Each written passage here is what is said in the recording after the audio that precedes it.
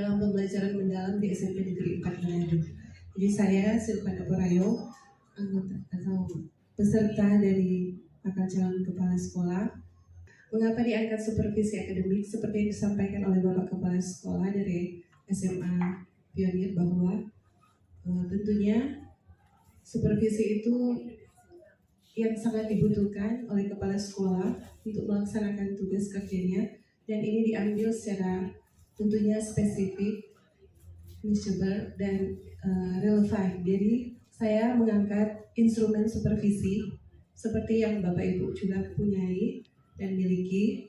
Nah, instrumen ini yang menjadi produk untuk kegiatan ini. Nah, untuk tujuan meningkatkan kompetensi guru melalui supervisi akademik, meningkatkan kualitas pembelajaran, kemudian mengoptimalkan pemanfaatan teknologi digital. Nah, ini memang berangkat dari refleksi yang terdapat pada instrumen atau penilaian hasil supervisi, maka diangkatlah satu bentuk aplikasi yang akan digunakan dalam pelaksanaan supervisi. Nah, ini desainnya berdasarkan hasil supervisi, itu pembelajaran mendalam, kemudian memperhatikan kelengkapan administrasi, pemahaman guru terhadap mutu pembelajaran, dan mendapatkan data hasil pemetaan termasuk dalam mengevaluasi. Nah, strategi implementasinya pertama, menganalisis hasil supervisi, kemudian mitra yang dilebatkan, dalam hal ini kepala sekolah, wakil kurikulum, guru, mata pelajaran. Nah, sumber daya pendukung, tentunya sumber daya dari guru, instrumen supervisi yang dibutuhkan untuk produk, media IT, dan data guru. Indikator keberhasilan terdapat pada strategi dokumentasi pada refleksi guru dan umpan balik dari warga sekolah. Dampak dari proyek ini adalah kualitas pembelajaran, manajemen waktu kepala sekolah, mempermudah tugas kepala sekolah, dan ketepatan guru dalam melengkapi rencana pembelajaran. Oke, itu untuk bentuk proyek yang akan digunakan dan yang akan saya spesifikasi secara khusus bahwa biasanya instrumen supervisi itu hanya dalam bentuk data, tapi kali ini supervisi ini bukan hanya sebatas checklist. Jadi ini adalah contoh di mana bukan sampai di modulnya saja. Jadi ini harus di bagian-bagian sehingga pembelajaran mendalam itu aspeknya teramati. Ya, mulai dari keselarasan, kerangka pembelajaran, langkah pembelajaran, asesmen, sehingga satu guru mendapat poin. Nah, poinnya kalau misalnya 1 hampir tidak ada, 2 sedikit dan lemah, 3 cukup, 4 memadai. Jadi bagi hasil yang sudah kita dapatkan dalam modul masing-masing guru, kita bisa memberikan poin sampai mendapat angka atau nilai, supaya itu kita bisa melihat ada apa yang harus diperbaiki dari rencana pembelajaran guru.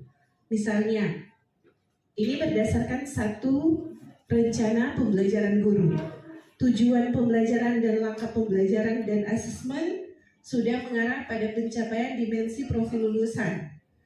Kalau misalnya memang memenuhi 4, kalau cukup 3, kalau memang tidak ada, kita berikan poin 1. Nah, seterusnya sampai pada, ya, paling penting ini mencakup pembelajaran mendalam. Yang paling penting keselarasan, kerangka pembelajaran, langkah pembelajaran, tetap ada praktek pedagogisnya, kemudian memahami, mengaplikasi, merefleksi ada atau tidak. Dan ada dan tidak itu tentunya harus diukur dengan poin. Jadi sampai di bagian asesmen. Dan mungkin bagi sekolah yayasan itu punya, kalau saya kemarin di sekolah mentor Citra Kasih, mereka punya instrumen yang berbeda. Tetapi tidak mengapa dengan instrumen masing-masing sekolah, tetapi mungkin lebih dalam hal ini kita harus memperhatikan lebih detail lagi bagaimana pekerjaan dari guru. Kenapa seperti itu? Kalau menurut saya, kalau kita mampu membedah sampai kepada modulnya, pasti hasil akhir dari pembelajaran dalam ini tercapai. Dan juga pemahaman guru dan pemahaman Bapak Ibu sebagai kepala sekolah itu bisa tepat dan pas. Kalau sekiranya mungkin ada coaching dan mentoring berdasarkan data yang sudah kita dapat ini. Kita sudah tahu terlebih dahulu apa-apa yang masih sangat perlu ditingkatkan. Sehingga pada saat coaching, mungkin Bapak Ibu guru bisa mendapatkan, Bapak Ibu kepala sekolah bisa menemukan titik mana yang memang betul-betul harus ditingkatkan. Itu dari ide yang akan saya rancang. Dan andai kata Bapak Ibu punya keterbatasan waktu, ini bisa di-compare dengan AI. Tapi tetap kita melihat hasilnya. Beda hasilnya, kita bisa melihat di AI. Masuk di dalam AI untuk satu instrumen ini jelas. Contohnya seperti ini. Ya, jadi contohnya seperti ini. Terlihat jelas kemampuan dari guru tersebut. Ini satu yang dibedah, ini yang ditangkapi oleh AI. Ada aspek yang diamati, hasil bedah modulnya, dan kesimpulan bukti. Jadi pada saat kita akan menyampaikan kepada guru, ini bagian yang masih kurang. Penjelasan AI seperti ini. Tapi kita bisa melihat juga ya, Bapak Ibu, kita cermat juga dengan hasil yang bisa kita compare dengan hal yang sebenarnya terjadi di modulnya. Nah, ada kesesuaian. Oh ya, terdapat keselarasan berdasarkan modul yang dibedah.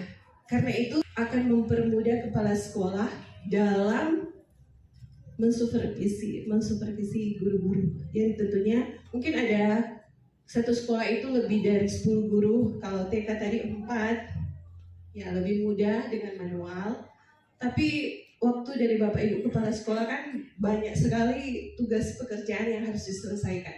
Jadi kalau kita bisa mengembangkan ini, saya yakin ini bisa mempermudah tugas kita sebagai kepala sekolah. Ada masukan, saran, dan apa saja yang Bapak Ibu boleh sampaikan, saya sangat membutuhkannya. Terima kasih.